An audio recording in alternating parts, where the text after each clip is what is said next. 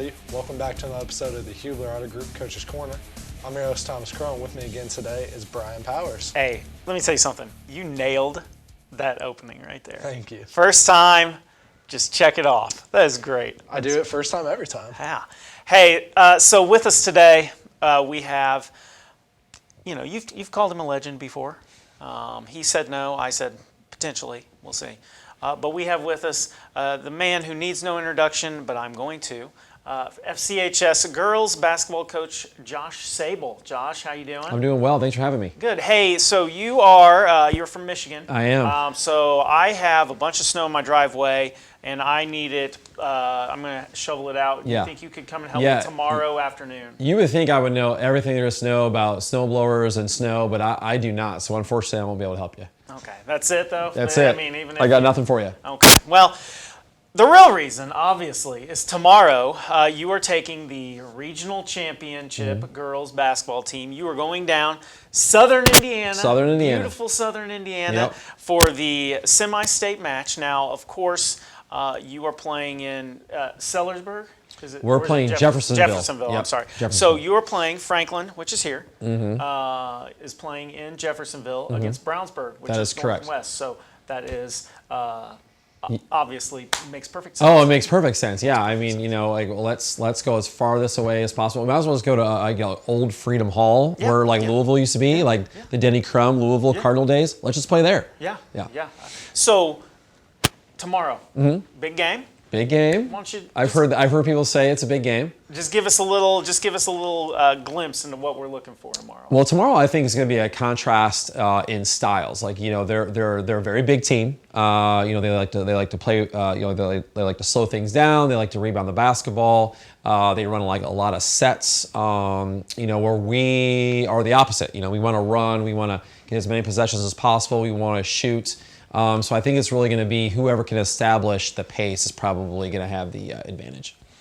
Last time we had you on was kind of a preview for the sectionals, and then obviously you guys make it past sectionals, get revenge on Center Grove, and then you get into the regionals. Tell me about how, the regionals is kind of cool because you have a morning game. If you win that, you have an evening game. Tell me how the regionals played out. Well, I'll tell you, the regionals were great because, when we, all week, we were prepping for both games. And, it's interesting because when you win the first game, you have about 5 hours of just dead time. So we were fortunate enough to, get a hotel room where the girls could eat and get off their feet a little bit. And then that's where the coaches came together. And, we had a game plan for either team that we were going to face. And the fact that we were able to execute it on such short turnaround was awesome. And then obviously, cutting the nets down and celebrating, as a team on their home floor was pretty special. Now, did I read correctly? You guys set up a room in the hotel to go through some of your. Yeah, we did. We there was a multi-purpose room at the hotel, so we set up with athletic tape because Marcus Davis was there, our trainer. So we used all of his equipment. We lay down, the lane lines. We lay down, the 3-point line, the baseline, and then we use Subway sandwich wrappers and kind of made a ball of tape out of that and used that as our ball. We had Bedford pennies with all the numbers on it and everything ready to go, and just making sure that we knew what we wanted to take away. And the girls, I'll tell you what, in such a short turnaround, executed perfectly, and I think that's one of the big reasons why we were successful is because we, navigated that day and was able to kind of execute everything we wanted to. So, that was important for us. Corinne Brunson, obviously just dominated the sectional. There was nobody in there who could really touch her on that. First game of the regional, she struggled. She had foul trouble, had some turnovers, and then once again that night she starts doing Corinne Brunson things again. Just tell me about how she's been for you. Well, she's been great. I think she had a really great quote. She said that in the first game, her teammates had to pick her up. Her teammates had to carry her, and she felt like for the next game, she had to return the favor. And that's a great thing about our team is that, we have so many girls that contribute, so many girls that are key pieces that if someone is having an off game, there's going to be other girls that can pick them up and vice versa, and that's what happened.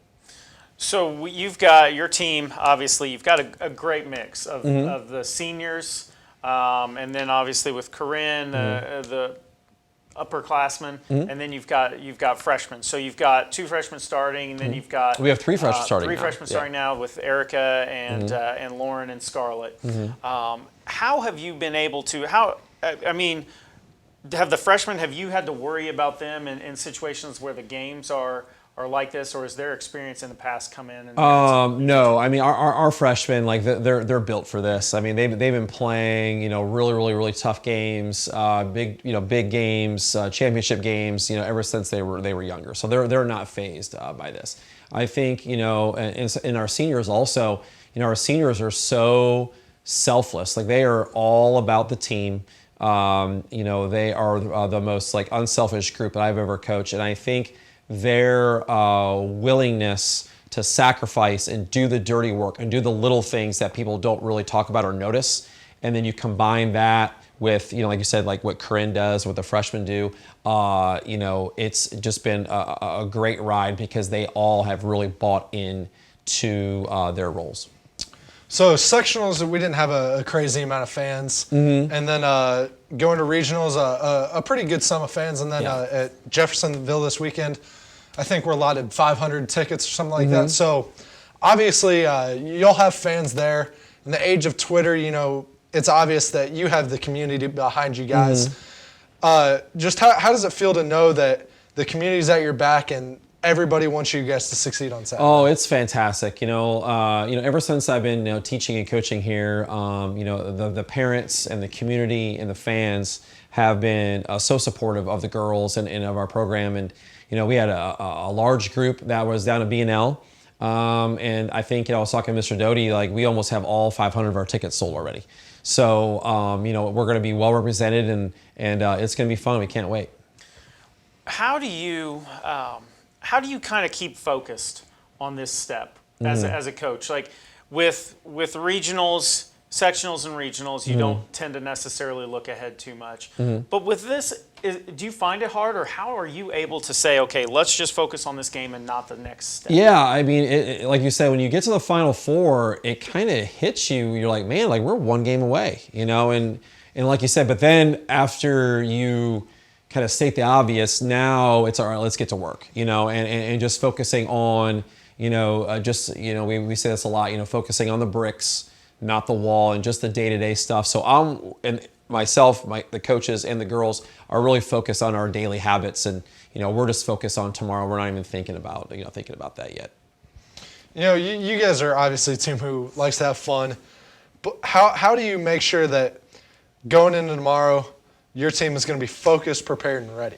Yeah, it's one of those things, you want them to be focused, you want them to be ready, but you want them to be loose. You want them to be themselves, and that's the one thing that we tell our girls all the time, be yourself. This is what we do. We shoot the basketball. We take care of the basketball. We share the basketball. Just be yourselves. That is what has gotten us to this point. And I don't think, they'll have any nerves at all. I expect our girls ready to play. Going back to your playing days, when you played, were you a chucker?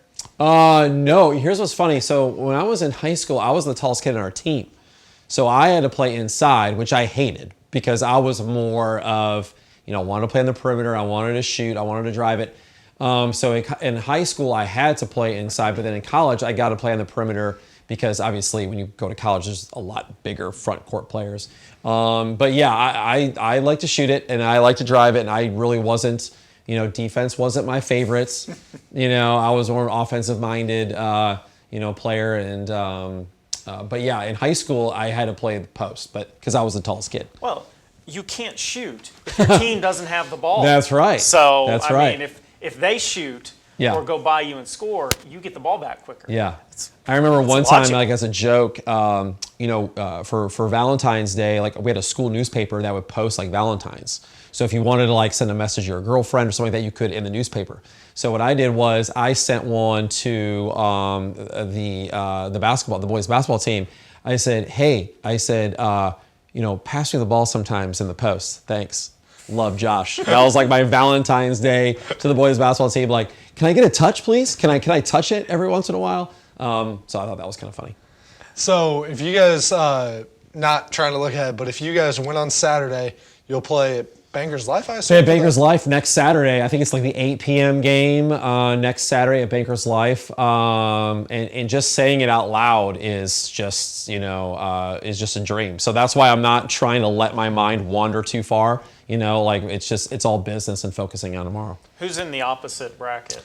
So Crown Point is on the other side. I think they're playing Carroll, but that just shows you right there, I'm just solely focused on, on Brownsburg. I'm not even really thinking about the other side right now. That'll be a Sunday thing, hopefully. Now, have you gotten your mind into? So you guys play at 5, correct? Mm-hmm. So 4:45, 4:40. Have you started formulating that master speech yet? Have you gone back into your file cabinet to speech 66? Yeah, that's funny. Well, that's funny. Well, with our group, honestly, you don't have to say too much to our group. I don't think I've really had to give like any speeches at all. Like our group is always, focused and ready to play. And it doesn't take much to get our team going. So it probably won't even be this huge speech. It'll probably be more just kind of going over like some strategy things or some lineup things and just get out there and play because, our girls love to play. They love to compete. They expect to win every time they take the floor. So it doesn't take much coming from me. Well, general admission tickets have opened up, I believe. Like Coach said, most of them are sold out. So if you want one, you got to get them quick. The game will be live streamed, so I assume ihsatv.org, but we will post the link with this video. Coach, we have the Nets from Franklin. We have the Nets from Bedford North. Yep. We hope to have the Nets from Jeffersonville on Saturday, and if everything works out, we'll be stealing a Pacer and a Fever Net. Oh my gosh, Saturday. that'd be awesome, wouldn't it? I have one more question for you. Sure. Important. I need a prediction. Okay. Sunday. Okay. 1 o'clock. Okay. Ohio State and Michigan. Big game of the weekend, right? Big game of the weekend. Where's it at? Not that I really believe care. it's Michigan. It's at Michigan? No, it's at Ohio State. Is it Ohio State? Oh, it doesn't matter. Like, and I would like, I'm camera 3, right? I'm going to speak right to Lauren Sandrock right now. Say, Lauren, okay, focus on me right now, Lauren.